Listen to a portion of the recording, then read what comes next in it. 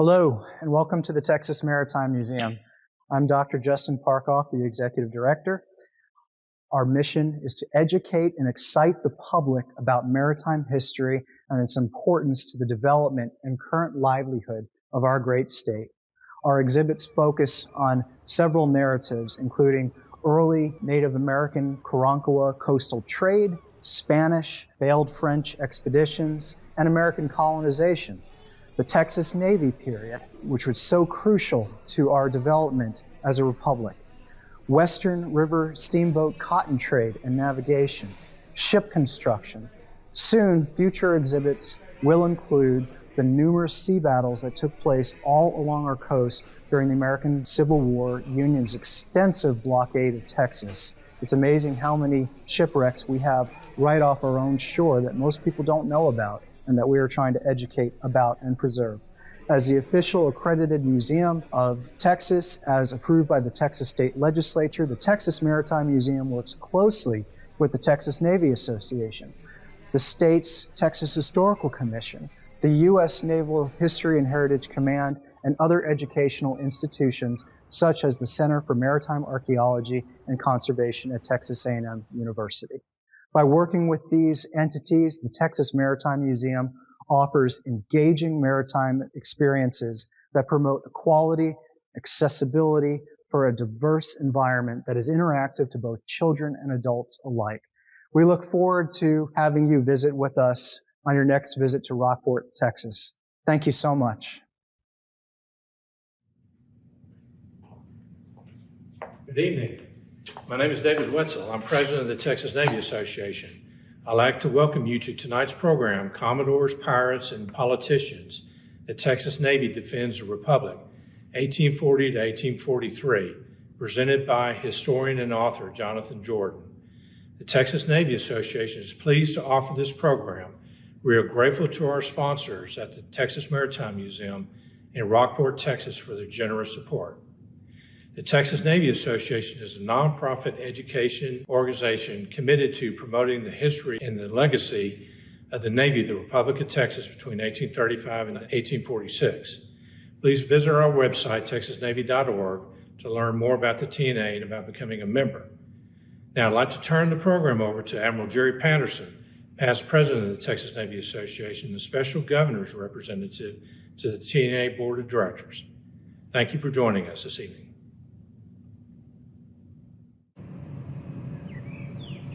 Thank you, Admiral Wetzel. Tonight, the Texas Navy brings you a webinar about the little-known, underappreciated, but heroic Texas Navy of 1836 to 1846. Our program is titled Commodores, Pirates, and Politicians. The Texas Navy Defends the Republic, 1840 to 1843. Our presenter is Jonathan W. Jordan, the award-winning author of Lone Star Navy, Texas, the Fight for the Gulf of Mexico, and the Shaping of the American West. Among Mr. Jordan's other works are studies of the American and Allied high commands in World Wars I and II, and his recent work, published in 2020 and co-authored with his daughter, Emily Ann Jordan, War Queens, Extraordinary Women Who Ruled the Battlefield. Mr. Jordan is a native of Savannah, Georgia, and now resides in Atlanta, where he practices commercial litigation and bankruptcy law. He has an accounting degree from Sanford University in Birmingham, Alabama, and a law degree from Vanderbilt. He previously practiced law in Dallas, and he was commissioned an admiral in the Texas Navy by Governor Rick Perry. Now let's get underway. Admiral Jordan, you now have the helm.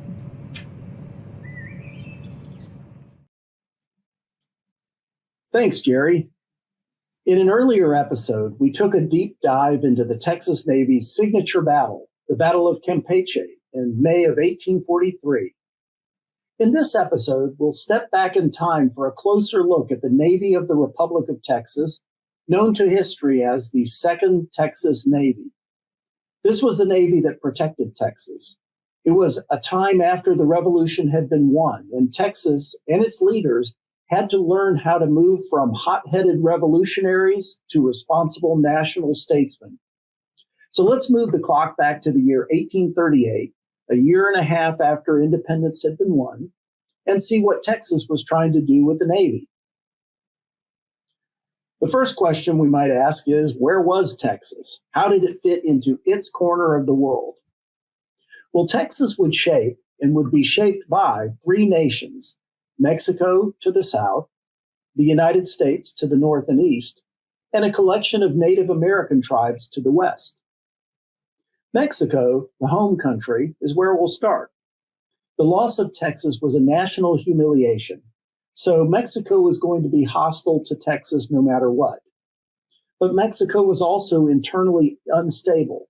The wave of states' rights passions that had impelled Texas to break away from Mexico City echoed in southern Mexico, in places like Yucatan and Tabasco, and in northern Mexico around the Rio Grande River. While Mexico was putting down these anti-government movements, it was too busy to do a whole lot about Texas. Well, if Mexico was hostile, the United States wasn't exactly helpful around this time. Towards the end of his presidency, Andrew Jackson extended diplomatic recognition to the Republic of Texas.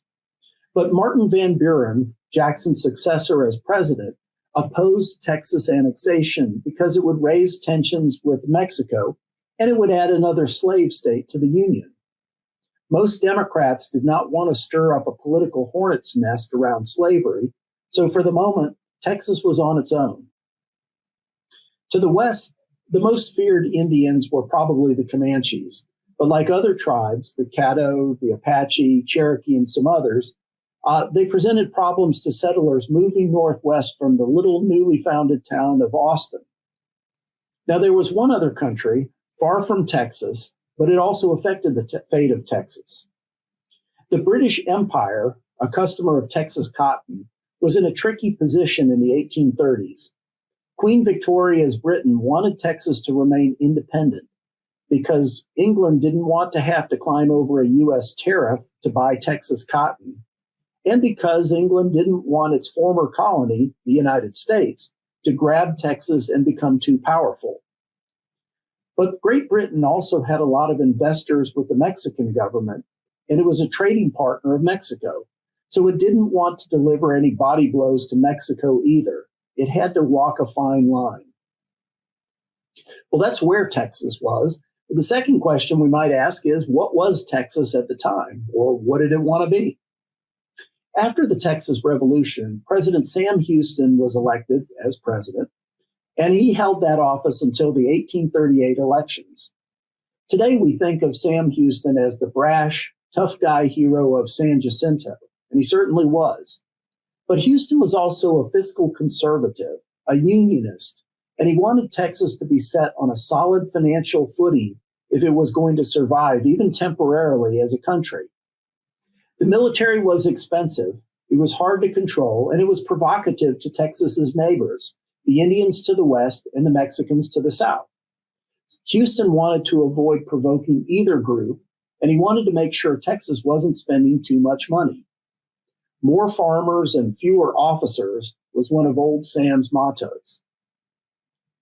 But in December 1838, Mirabeau Lamar, Houston's cavalry commander at San Jacinto, was elected to succeed Houston. Lamar was the leader of what became the opposition Anti-Houston Party, and Lamar's policies were almost diametrically opposed to those of Sam Houston. Houston wanted to keep Texas politically inoffensive to its neighbors, to avoid expensive and bloody wars. But Lamar thought of Texas as possibly a regional power that might push its borders as far as the Pacific Ocean someday. But to do that, Texas would need a robust military capable of pushing out the Indians to the west and protecting her border with Mexico in the south. So at Lamar's urging, the Texas Congress appropriated $250,000 to buy a navy in the year 1839. Now, Texas needed a navy because it was mostly undefended, at least at sea. The 4 warships that formed the Navy of the Revolution had been lost by the fall of 1837. That meant that Mexico should have been able to launch an amphibious invasion to retake Texas by the end of Sam Houston's presidency. But Mexico couldn't do that. It was for 2 reasons. The first was Mexico's internal instability, which kept the government busy deploying troops here and there, putting down brush fires. The other reason was because of some French pastries. After Santa Anna was pushed out of power, Mexican President Anastasio Bustamante got Mexico into a war with France by refusing to compensate a French baker for confiscating a pantry full of chocolate eclairs. Well, if you know much about France, you know they take their pastries seriously, and France declared war and sent Admiral Charles Baudin with a fleet to attack Veracruz. The Mexican government recalled Santa Anna to lead the troops. He lost his leg in a battle, and the French fleet captured the Mexican fleet. And the matter wouldn't be resolved by diplomacy until 1839. Now, when we talk about what Texas was around this time, we have to look at its finances. Texas was basically broke. It had no foreign currency to speak of and no gold and silver reserves to back its money. The only thing it really had was lots of land. Under President Lamar, Texas began issuing paper money called redbacks, named after the color of the back of the paper. These were the 19th century equivalent of junk bonds. They were worth about 37 cents on the dollar when they were first issued, and as government debt swelled, investors devalued them and eventually stopped taking the redbacks altogether. Now, in 1837, the Texas Congress passed the Naval Act. It was an act calling for the acquisition of 6 warships. And before long, Texas agents in Baltimore entered into a contract with the shipbuilding firm of Frederick Dawson and Sons to build these 6 ships for a total of $280,000. The contract provided that if Texas did not pay the firm on time, it would have to pay a 100% penalty. So the guys at Frederick Dawson and Sons went to work on the ships, apparently not thinking that if Texas didn't have the money to pay them $280,000, it probably wouldn't have the money to pay $560,000 either. But on they went. Now, the first warship to reach Texas didn't come from Baltimore. In March of 1839, the elegant steamboat Charleston sailed into Galveston Bay. She was a passenger and mail steamer bought in Philadelphia and renamed Zavala, after the interim Texas Vice President Lorenzo de Zavala. Over the following winter, after going to New Orleans for extensive and expensive repairs, she returned to Texas in 1840 to prepare for her cruise against Mexico. When completed, Zavala probably had 8 guns. Sometimes guns were moved to other ships or to shore. But her real power wasn't in the number of cannons she had, it was her mobility. She could move at the very fast pace of 12 to 16 knots in good weather with her engines at full throttle. And with a good solid load of Pittsburgh coal, she could keep up a head of steam in her engines for 25 days. Most importantly, those steam engines freed her from the caprice of the winds. She could maneuver whenever she wished, regardless of the direction of the winds, and she could tow bigger warships into firing position when the weather wasn't cooperating. As we'll see, that ability to defy the winds represented a priceless advantage in a naval battle. And Zavala was the most technologically advanced warship in the Western Hemisphere, perhaps in the entire world at the time. Next came the 3 saints, San Antonio, San Bernard, and San Jacinto. These were the 3 schooners originally named Asp, Scorpion, and Viper. San Antonio and San Bernard each had 6 12-pounder guns and 1 pivot gun amidships, so they could fire 4 guns in either direction. They were small vessels and were often commanded by a lieutenant rather than a captain. Their job was to act as scouts, messenger ships, and escorts for the fleet, and they had some advantages over the larger vessels like the sloops of war and the brigs. They could get closer into the shore because they only drew about 10 feet of water. They required fewer men to man them, and they were more maneuverable when the winds were against you.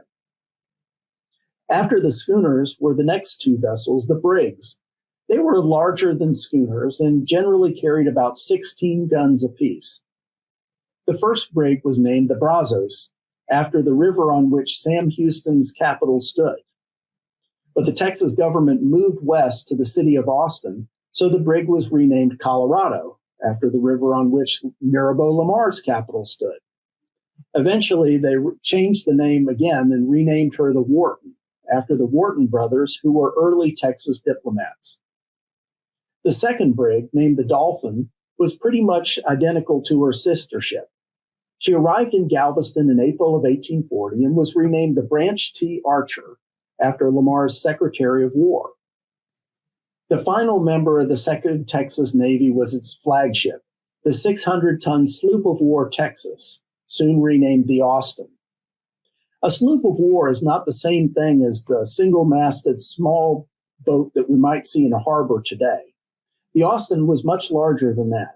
She had 3 masts and was the only Texas vessel that could properly be called a ship. She carried 20 guns, which were mostly 24-pounders, firing a 24-pound ball, and she had 2 long-range 18-pounders. Her full crew complement was 60 officers, 226 sailors, and 26 Marines.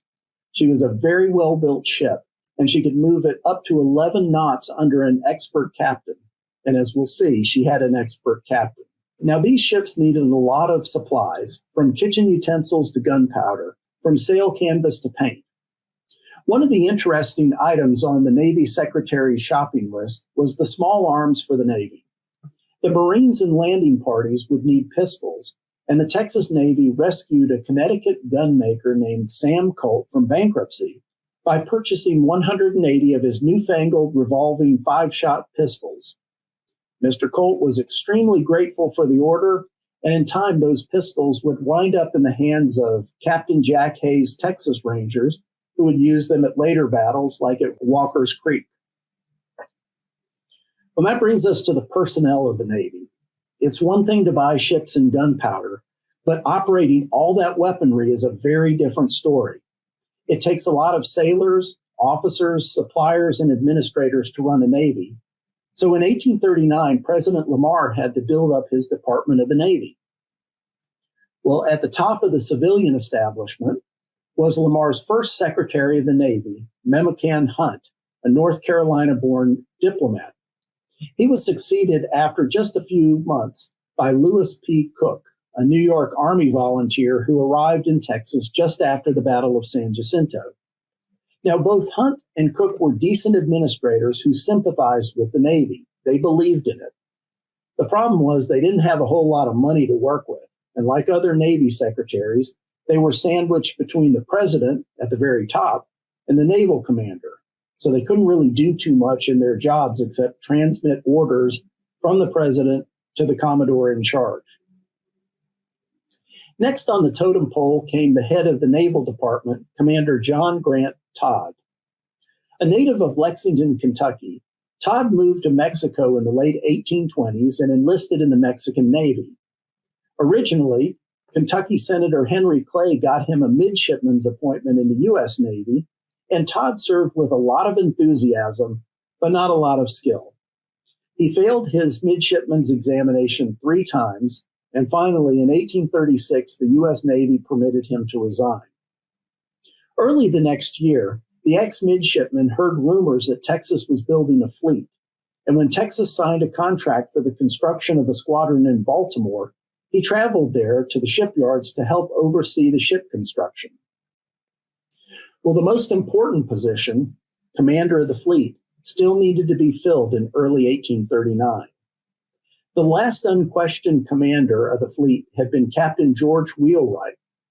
He had been sacked by Sam Houston in April 1838. Since Captain Wheelwright's fall from grace, the fleet, which really only existed on paper, was commanded by a succession of lieutenants who had little to do but drink whiskey and make sure not too many naval supplies got stolen out of the Navy shed. But in the spring of 1839, President Lamar found a man who would check all the boxes and become the Texas Navy's leader for the rest of its colorful life, Post Captain Edwin Ward Moore. Edwin Moore was born in 1810 to one of the great families of Virginia. His grandfather had been a Revolutionary War officer wounded at the Battle of Brandywine Creek. An uncle fought in defense of Washington, D.C. during the War of 1812. Young Edwin Moore attended Alexandria Academy, a school founded by his grandfather, and one of his schoolmates was a lad from Stratford Hall, Virginia, named Robert E. Lee.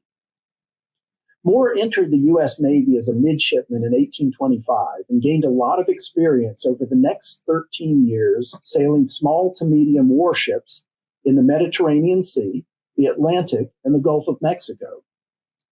Moore was fluent in Spanish, a strong swimmer, great in conversation and diplomacy, and intellectually curious.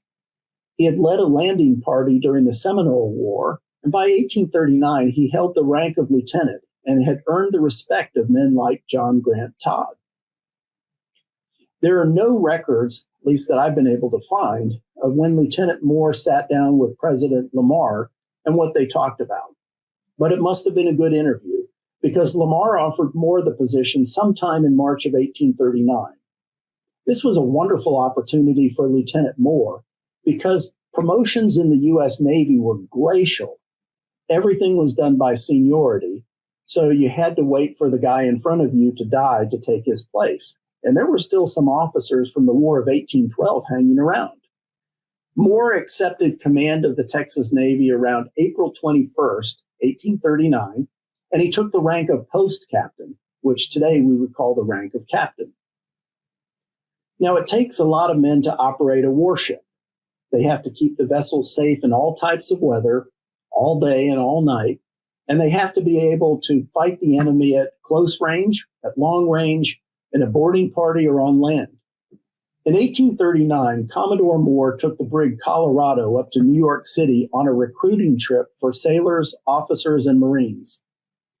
The American Neutrality Act of 1818 made it illegal to recruit sailors on American shores, but Commodore Moore somehow managed to stay under the radar as he lured men aboard with recruiting bonuses and promises of prize money. He got out of town just ahead of a military investigation and headed back to Galveston to distribute the new men among his ships. Well, before we get into the Texas Navy's operations from 1840 to 1843, I'd like to say a word about the ranks because they can be a bit confusing. The lowest rank aboard ship at the time is called a landsman. That's basically a landlubber who can work on the ship.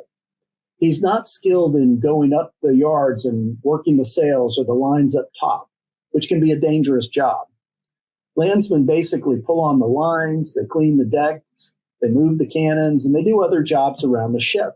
They work the guns in combat along with the other sailors. The next level is the ordinary seaman, followed by the able seaman. These are the guys who do most of the actual work on the ship. The petty officers on any vessel are sort of a lower middle management. They oversaw the management of the sailors. There was also the commissioned officer class. Above seamen are the midshipmen, who are usually teenage boys who aspire to become officers. They did not have a commission yet, but if they pass their exams and have enough experience, they can go on to become lieutenants, who are the commissioned officers who run the watches or the shifts on the ship. Now, on small vessels, the smaller ships, the lieutenants can command the ship as a lieutenant commanding. And above them is the rank of master and commander, which is usually shortened to commander. So Commodore Moore's right-hand man, John T.K. Lothrop, was a commander, as was John Grant Todd. Well, the highest rank at the time in both the U.S. and Texas Navies was post captain, later shortened to just captain. Originally, a post captain was a guy who commanded a ship that had at least 20 guns. And in Commodore Moore's case, they originally didn't have a ship like that until the Austin arrived. But as we'll see, they got one and Commodore Moore put it to good use. Last couple of things on ranks. Back then, there were no admirals. The United States Navy thought that admirals sounded too much of a rank of royalty, like Great Britain had. So the top rank until 1862 was captain. A commodore was a courtesy title given to a commander of a squadron of ships, usually a dozen or fewer. Now, there were also warrant officers who had these specialized jobs and would never get promoted to lieutenant or captain or commander. These warrant officers included sailmakers, armorers, the purser, that's the guy who handled the money of the ship, boatswains, surgeons, gunners, and a few other types like that. The last category of inhabitant aboard a warship was the Marines. They were the guys whose job was to maintain law and order aboard ships, protect the officers from the sailors, and in combat, act as infantrymen. In the Texas Navy, the highest ranking Marine was a major, and usually on board ships, they were commanded by lieutenants or captains. So with the wooden ships and iron men all pulled together, by 1840, the Texas Navy was ready to make its first voyage to sea. But they had to get past some Austin politics before they could weigh anchor. As 1840 opened, the Fourth Texas Congress dealt President Lamar a string of political setbacks. It passed a bill that disbanded most of the Texas Army, and on February 5th, it put the Navy into ordinary, which we sometimes call mothballs. The law allowed President Lamar to ignore the mothballing of the Navy in the event of a national emergency. And President Lamar read newspaper accounts, some of which were accurate, that Mexico was in the process of buying warships so it could invade Texas once more. Now, President Lamar, for all of his anti-Mexican feeling, was intelligent enough to know that Mexico was a big place, and Texas had a lot of friends there as well as a lot of enemies. Lamar's enemy was the central government of Mexico City, and his friends were the Federalist rebels who wanted stronger local government control. This feeling was particularly high in the outlying regions like Tabasco in the south and the Mayan part of the Yucatan Peninsula, as well as northern parts closer to Texas. Now, Mirabeau Lamar figured that if he could keep Mexico's central government busy putting down rebellions across the country, Mexico wouldn't be able to invade Texas until Texas was too strong for it to subdue. This was particularly true in Yucatan. And so President Lamar told the Texas Congress, here's what he said, instead of unifying with the benighted, the corrupt, the priest-ridden portions of Mexico for our extermination, they, the Yucatecos, are themselves at war with a very power that withholds our rights and seeks our destruction. Every blow that they deal upon the bigotry and tyranny of Mexico is as beneficial to us as it is to them. So President Lamar decided to use the Texas Navy and triangulate with Yucatan to keep Mexico in line.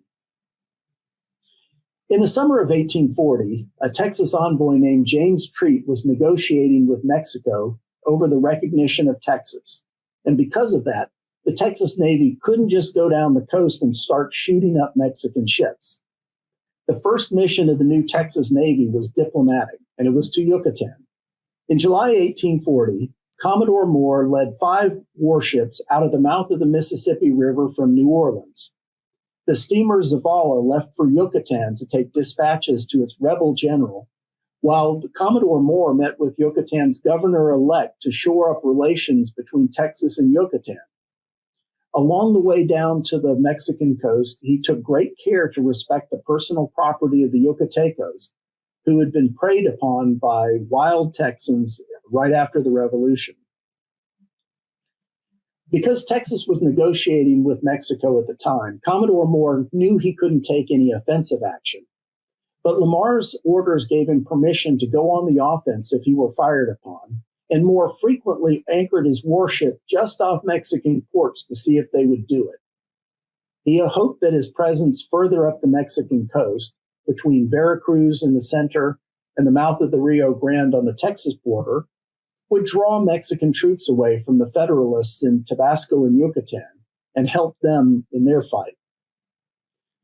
Around this time, the only excitement for the cruise was a hurricane, which blew through the Gulf of Mexico in October 1840, thrashing the steamer Zavala for 3 days.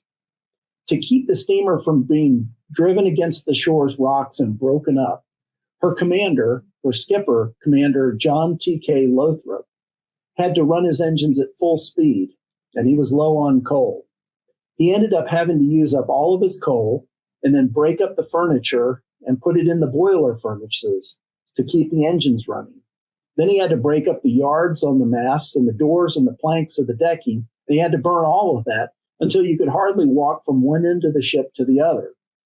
He tossed over all the cannonballs, tied ropes to the cannon, and threw them overboard to act as anchors, and barely survived. But the Zavala did survive and made it back home. Around that same time, the schooner San Jacinto was the first big loss of the Second Texas Navy. She was lost when her skipper, Lieutenant James O'Shaughnessy, anchored her too close to the rocks at the Arcos Islands in the southern Gulf of Mexico. A storm drove her against those rocks, and she became the first vessel of the Second Texas Navy to be lost. The one capture around this time was a Mexican merchant ship, the Anna Maria, captured by the schooner San Antonio, which was commanded under Commodore Moore's cousin, Lieutenant Alex Moore. But it turned out that the Mexican ship belonged to the U.S. Consul to Texas, and the papers made a big stink about it. Commodore Moore's cousin, the commander of San Antonio, ended up deserting the Navy and becoming one of the very few officers to just outright leave. Quite an embarrassment for Commodore Moore. There was another small but potent development along that 1840 cruise, and that was a military alliance between Yucatan and Texas. At the capital of Merida, the state of Yucatan decided to declare independence from Mexico, and a Yucatecan general wanted the Texas Navy to help the Federalists capture the Tabascan city of San Juan Bautista, Tabasco's capital. Commodore Moore agreed to use his steamer to tow the warships up the Tabasco River for $25,000 in cash, $10,000 up front and $15,000 in about 20 days or so. When the Texas Navy arrived on the scene, the Centralistas fighting for the Mexican central government evacuated the town. They left it to the Federalists, and Moore was paid the last $15,000, but it took a little prodding from Moore. After the town was captured, the Federalists didn't want to pay up the last $15,000, and he had to threaten to bombard the town if the money wasn't paid. They paid up. There was another result of the 1840 cruise, and that was that Texas was able to use its threat to shipping in the Gulf of Mexico to win recognition from Great Britain. Before long, bills began piling into the Texas government, which couldn't afford to pay very many of its own employees, much less a navy. As one British diplomat put it in 1840, one great fault of the Texians is that they tried to do everything at once. And having done very little, and that very badly, they imagine that they have succeeded. They contract a great debt for a navy, and having disgusted the officers they have seduced from other services by irregularity of pay and inactivity as regards service, they lay up the navy together with the officers. Well, the problem, as Texas found out, was that a navy is very different from an army. When you don't need the army, you just tell everybody to go home. You put the rifles and the cannons into a warehouse, and you call everybody back up when you need them. I mean, that's what Switzerland and Israel and to some extent the United States does. But with the Navy, you can't really send everyone home and call them back whenever you want. You can't put the ships in a warehouse. You have to care for them or they will rot. And that means you have to pay for officers and sailors, whether they're sailing against the enemy or not. When you need them back, it's going to be a lot harder to train farmers how to sail a ship than it would be to simply march in line and shoot a musket. But that's what the Texas government at the end of 1840 was facing. Secretary Cook quit his job, leaving Commander Todd in charge of the Navy Department as its acting secretary. There wasn't much for the Texas Navy to do in 1841, so Commodore Moore, not wanting to waste any time, boarded the San Antonio at Galveston Bay. He took it up and down the Texas coast on a nautical survey running from the Sabine Pass to Matagorda Bay. His maps and charts were more accurate than anything the sailors had before, and Commodore Moore saved a lot of ships by publishing his maps. Now, in late 1841, President Lamar found a novel way to help prevent another invasion of Texas by Mexico and pay for his navy. He rented it out to Yucatan. President Lamar crafted an executive order on September 18, 1841, agreeing to let his Navy work with the Yucatan Navy to blockade the Mexican coast and patrol the Gulf of Mexico for the low price of merely $8,000 per month in silver. Commodore Moore received orders to operate off the Mexican coast so long as he could do it within an $8,000 a month budget. Now, on that budget, Moore could really only get the flagship Austin and the two remaining schooners, San Bernard and San Antonio, ready. But he skedaddled out of Galveston on December 13, 1841, the day before Sam Houston would be sworn in as Texas's newly elected president for his second term. 2 days after Moore got out of Galveston, Sam Houston's new Secretary of the Navy, George W. Hockley, wrote orders for Moore directing him to return the squadron to Galveston. But the problem was he couldn't get those orders to the Commodore. Unfortunately for the Texas Navy, not only were the political currents in Texas turning against them, the political currents in Yucatan didn't help either. The Yucatecos signed a treaty agreeing to remain part of the United States of Mexico in return for some more local autonomy. So the Texas Navy did not have much of a job by early 1842. Commodore Moore sailed off the Mexican coast, capturing a merchant brig named the Progreso, and he learned that Mexico was buying warships from England so they could fight Texas. He collected his $8,000 monthly fees from Yucatan, but in March of 1842, Secretary Hockley's orders finally caught up with him. Those were the ones written back in December, and he had to return home. While Commodore Moore was prowling the Mexican coast, the one and only mutiny in the Texas Navy's career broke out aboard the 7-gun schooner San Antonio. The San Antonio had put into New Orleans and anchored off Algiers at a place called Slaughterhouse Point. Algiers is on the opposite side of the Mississippi River from the French Quarter, which has, of course, its bars and brothels and other delights. And the sailors of the San Antonio were not permitted to get off the warship for fear that they would get drunk and desert. All they could do was stand on the warship looking at a lot of people having a lot of fun in New Orleans. Well, whenever a ship goes into anchor, there's always going to be a way to smuggle liquor aboard. And on the night of February 11, 1842, the ship's commander left San Antonio in the hands of Lieutenant Charles Fuller, the son of John Fuller, who was a Washington hotel owner who had introduced the Colt revolver to the Texas government back in 1839. Talk of a mutiny had quietly circulated among the sailors, and Fuller knew he was going to have his hands full. When some drunken seamen and Marines approached the officer of the deck, named Sailing Master M.H. Dearborn, they demanded that they could go ashore. The demand was naturally refused, and Lieutenant Fuller arrived on the scene to find a small and angry mob. He called out the Marines, which was standard procedure, but one of the ringleaders of the mob was a drunken Marine sergeant named Seymour Oswald. Oswald opened up the ship's arms locker and returned with the drunken sailors and some Marines brandishing pistols, tomahawks, muskets with bayonets, and cutlasses. Oswald slashed at Lieutenant Fuller with a tomahawk, but missed.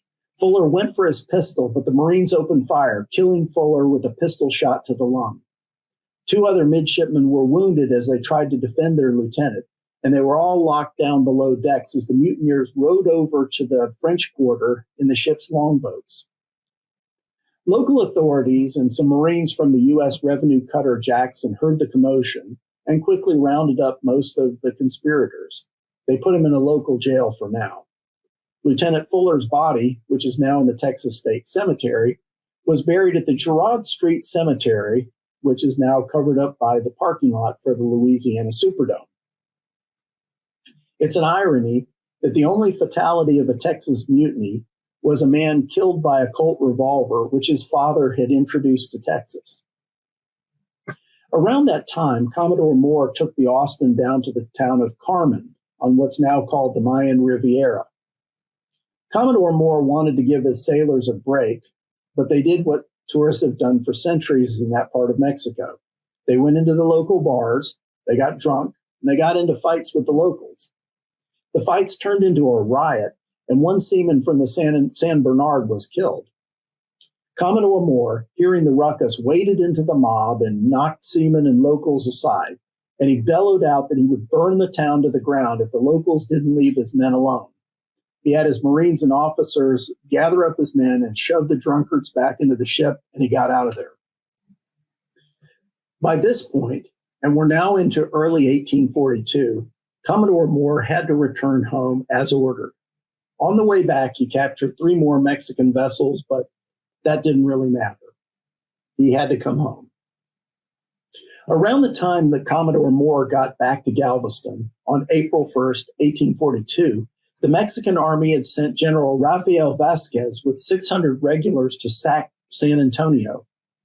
The Texas government ordered Commodore Moore to blockade the Mexican coast, but he had no money to do it with, and the Texas government couldn't give him any money to hire sailors. He used some of his personal credit to pay his sailors, but without real money from either Yucatan or Texas, he couldn't do much. Well, throughout 1842, President Sam Houston, back in office, had made no secret of his dislike for the Texas Navy. In part, that was because he really didn't understand it. And in part, it was because when the Navy went to sea, the president could no longer control it. Now, Houston thought that the best way to defend Texas's coastline was to erect big artillery batteries, forgetting, I guess, that Texas had over 500 miles of coast where the enemy could land, and he would never have enough cannons to defend everything. Houston ordered the Navy to attack, but he wouldn't release payment of $20,000 in exchequer bills, which were basically promises to pay, that the Texas Congress had appropriated. And even when the Texas Congress appropriated payments to the Texas Navy specifically, Houston wouldn't release the money. Eventually, Sam Houston decided to get rid of Commodore Moore. He gave him the $20,000 in exchequer bills, and he said, I only want you to use those as collateral for a loan. And I want you to promise that you can sail against Texas if I give you this as collateral. Commodore Moore found this to be impossible, since Texas bills had very little worth in the market. They were, as I said, the junk bonds. And so when he couldn't go move against Mexico, Houston decided that Commodore Moore had disobeyed orders and he would court-martial the Commodore. Well, at this point, there wasn't a lot to the Texas Navy anyway. The Zavala, by this time, summer of 1842, lay rotting in Galveston's harbor, and it was obvious that she would never sail again. The brigs Archer and Wharton had not yet sailed against Mexico, and after the return trip following the mutiny, the San Antonio disappeared, never to be seen again. It was rumored that she had become a slave ship, and there were other rumors that she had become a ghost ship. She was last seen, so people had said, near the Isle of Pines off the coast of Cuba. But the ultimate fate of the San Antonio was a mystery that died with the last of her crewmen. Even worse for Texas in late 1842 was the Mexican Navy's revival. Mexico bought a steamboat named the City of Dublin and recommissioned her as the steamer Regenerador. They bought a 7-gun schooner named Aguila, a 17-gun brig named Yucateco, a 9-gun brig named Iman, a 3-gun schooner called Sicilino, and worst of all, 2 massive steamers armed and armor-plated, the Guadalupe and the Moctezuma. The Guadalupe boasted 2 68-pounder Paxane guns. These were guns that fired 68-pound explosive shells, and she had 2 long-range 32-pounders that fired cannonballs. Built in Liverpool, England, she was the largest iron-plated vessel in the world and became the first steam-powered warship to cross the Atlantic Ocean. She was captained by Royal Navy Commander E.P. Charlwood and had about 80 British sailors on leave making money as their side hustle. The Moctezuma had 2 68-pounder guns and 6 42-pounder guns. She weighed 1,100 tons and had the heaviest armament in the Gulf. Commander Richard Cleveland, also a Royal Navy officer, commanded the ship with a mixed crew of Spaniards, Britons, and Mexicans. Either of these steam-powered monsters would have been more than a match for what was left of the Texas Navy. Meanwhile, Zavala, San Bernard, and the brig Archer were sitting in Galveston, slowly rotting from lack of upkeep. The Austin and the brig Wharton would have joined them, except that they were in New Orleans, and Commodore Moore was using his personal credit to try to pay for carpenters, food suppliers, and sailors. Sam Houston didn't care about any of that. He had a lot of myopia when it came to naval strategy. He told his Secretary of War and Navy, George Washington Hill, to order Commodore Moore to return from New Orleans, where Houston was either going to fire him or order him to do just nothing with the Navy. Well, Moore lacked the money to take a ship back home, or so he said, so he sat in New Orleans while Sam Houston played a political game. Houston told the Texas Congress in January 1843 that Mexico was about ready to invade Texas, and he let the United States and Britain know that too. He was probably hoping that fear of British influence would persuade President John Tyler to annex Texas, or at least protect Texas, and he implied to Britain that he would have to turn to the United States if Britain didn't make Mexico stand down. But President Houston didn't want to use a navy. That was not part of his strategy. He instead asked the Texas Congress to pass a secret bill selling the naval ships and sending agents to New Orleans to get the Wharton and the Austin back to Galveston so they too could be sold. Houston appointed James Morgan, William Bryan, and Samuel May Williams to go retrieve the vessels from New Orleans. Well, Samuel May Williams had financed the original Texas Navy during the Revolution, and he refused to go. But James Morgan and William Bryan left with orders for the Texas Navy's commander to take all subsequent orders from the commissioners, James Morgan and William Bryan. They effectively commanded the Texas Navy. Well, the two commissioners arrived in New Orleans thinking they would find a broken down old group of ships. But the two ships there, the Austin and the Wharton, were in really prime shape at the time. It turns out that the Yucatecos had been invaded by the Centralistas, so they sent Commodore Moore another $8,000 in silver to continue the bargain that Texas had made under President Lamar. That pact had not been repudiated formally after Houston took office. So the ships and the men looked like they were in great shape, and Commodore Moore explained to the two commissioners how Texas was in mortal danger if the Centralistas were able to pacify Yucatan. They would use their new navy and their larger army to move against Texas, probably in the spring of 1843. James Morgan, the lead commissioner, thought about that. When he heard news from other merchant vessels coming from Mexico that Yucatan was under siege by a Centralist army, he told Commodore Moore that he would come home to Texas aboard the ships, but they would both go home by way of Yucatan. Well, the Texas Navy left New Orleans on the evening of April 19, 1843. Before it moved against Mexico, it had one bit of unpleasant business to go over. Before the fleet left, Commodore Moore's officers picked up the San Antonio mutineers from a New Orleans prison and had them tried before a court-martial. One of the men was acquitted. 3 were sentenced to between 50 and 100 lashes, and 4 were condemned to death. Well, a little bit later, one man received 50 lashes. Nobody else was whipped, though. The 4 mutineers, a Marine private, a Marine corporal, and 2 seamen, were hanged from the foreyard of the Austin for an hour until they were dead, then buried at sea. The Texas Navy arrived off the coast of Yucatan on April 30th, 1843, and engaged a larger Mexican squadron that day. The two fleets played a game of cat and mouse for 2 weeks. The Texas fleet was more aggressive, and it could take shelter near the castle of Campeche on Yucatan's Gulf Coast. But the Mexican fleet had bigger guns, more of them, and most importantly, it had steam power.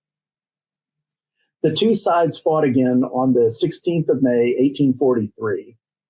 This time, both big ships traded shots, and both injured each other a little bit. But in the end, the Mexican fleet drew off.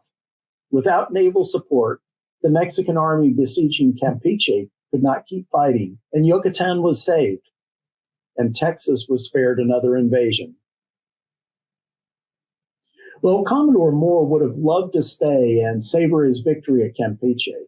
But while he was away, President Houston issued a proclamation declaring Commodore Moore and his officers to be pirates. Houston called on the powers of Christendom to apprehend the scoundrels and bring them to Texas for justice. Commodore Moore knew he was obeying the orders of Commissioner James Morgan, the man Sam Houston had put in charge of the squadron. So he immediately sailed home in the Austin with the Wharton by his side to clear his name. His ship weighed anchor in Galveston, where they were hailed as heroes, and the citizens offered them banquets in their honor. Well, the Commodore promptly went to the local sheriff, where he announced that he had read Sam Houston's proclamation and he would place himself under arrest. Now, the sheriff, of course, wasn't an idiot. He wasn't about to arrest a war hero, so he just said he didn't have any jurisdiction over the matter. Well, at the end of May, President Houston fired the officers of the Texas Navy. Houston tried to fire Moore without a court-martial, but that wasn't legal under Texas law, so he had to convene a court-martial. And the court-martial court basically acquitted Commodore Moore, so he kept his rank. But Houston's government refused to accept the findings of the court-martial, so Commodore Moore had to wage a public battle with Sam Houston to clear his name. He never got the satisfaction of the Texas government admitting he had been right. The Texas government also tried to get rid of the Navy ships with less success. In accordance with the secret law passed in January 1843, in October of that year, they tried to auction off the brig Archer, the schooner San Antonio, and the engines from the Zavala. But the good people of Galveston, knowing that they would be on the front line of any invasion, formed a mob. They threatened to lynch anyone who tried to buy the Texas Navy.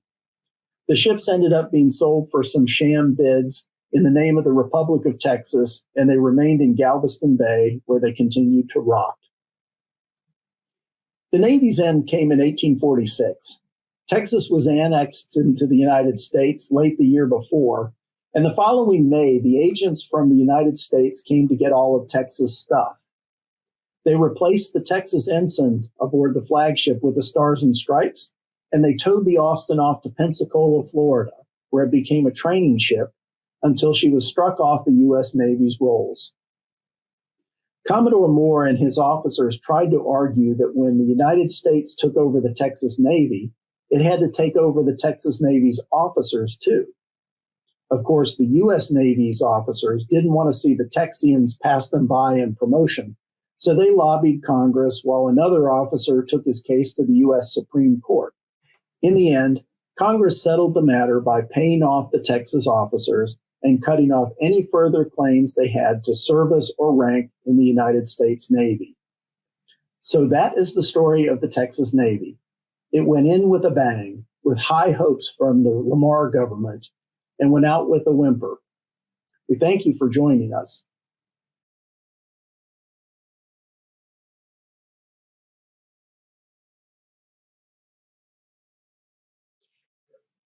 John, thank you very much for your presentation this evening. It was absolutely fantastic. Now, a little bit earlier, we went on social media and we invited members of the public, people who are interested in the Texas Navy, to submit questions to ask after this. So would you be available to answer a few questions now? I'd love to. Thanks, Andy. Okay. The first question is, this is kind of a fun one.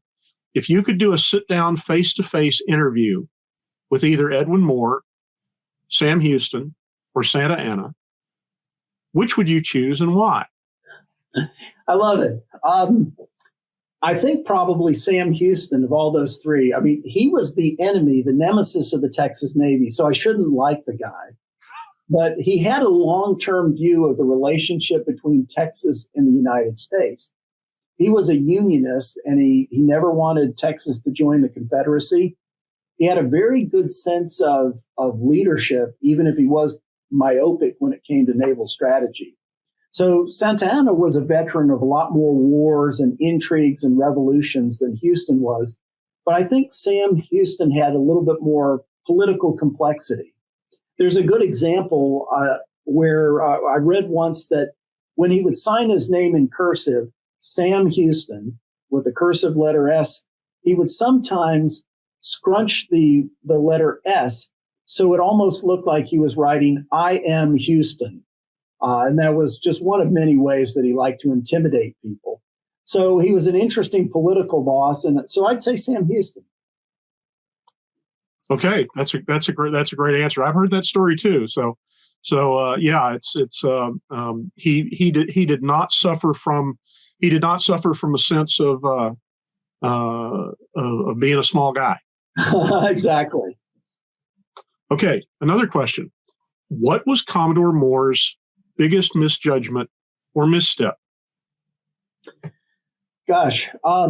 Okay, again, my biases come in, like everybody's do. I didn't see that many missteps that Commodore Moore made that were very big. He was not in a good position after the Lamar administration because he didn't have any allies.